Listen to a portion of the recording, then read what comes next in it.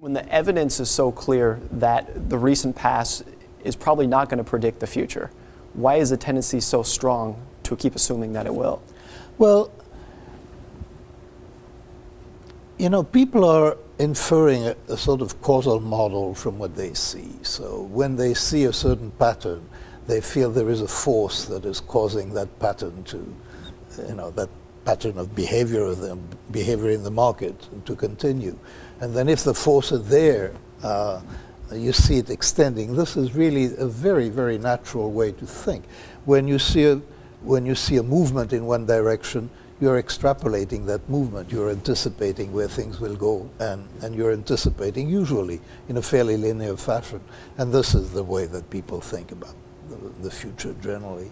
So we're looking for patterns. We're looking for patterns, we find patterns, and we look for simple patterns usually. So we don't look for cycles.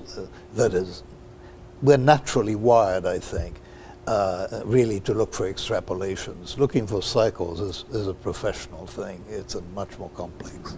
And that extends far outside of investing, the search for patterns, right? That's a pretty natural reaction that people look for. I mean, that is absolutely basic to the way the mind works. I mean, the mind is, you know, it's an instrument for interpreting the world, and so it seeks to impose patterns on experience. Are we good at finding patterns, or do we find a lot of spurious patterns that we think are patterns, but they aren't?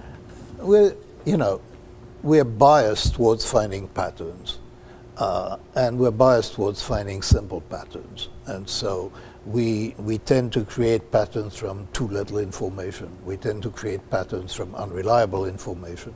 But that provides some kind of interpretation of whatever information there is. We're not wired to wait for a lot of information before making up our mind. That's not the way the system works. The system, you know, makes up its mind as it goes and generates the best interpretation possible as it goes.